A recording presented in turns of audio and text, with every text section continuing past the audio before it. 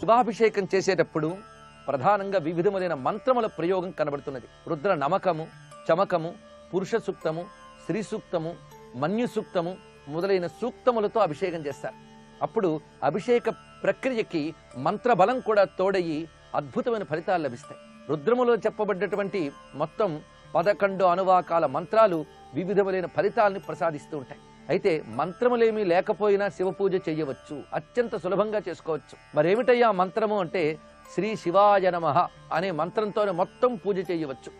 పంచాక్షరి ఉపదేశం ఉన్నవారు పంచాక్షరితోనూ, ఉపదేశం లేకపోయినా శ్రీ శివాయ నమః, మహేశ్వరాయ నమః, రుద్రాయ నమః, శంభవే నమః, శంకరాయ నమః అనే నామాలతో శివుని ఆవాహనము, అభిషేకం ఇత్యాదులు చేయవచ్చు.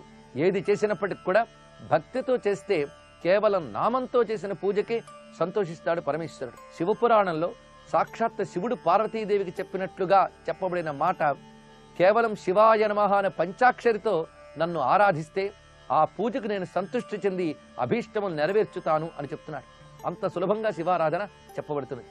శివారాధన చేసేటప్పుడు ముఖ్య నియమం ఏమిటంటే ముందుగా తాను స్నానము చేసి ఆ స్నానానంతరం భస్మధారణ చేయాలి. భస్మధారణ చేతనే శరీరం సంపూర్ణంగా శుద్ధి అవుతుంది.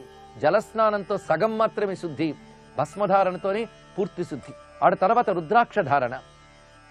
ఈ భస్మము రుద్రాక్ష ధరించి ఆచమనీయం చేసి అటు తర్వాత పరమేశ్వరారాధన చేయాలి. ఇది విధి.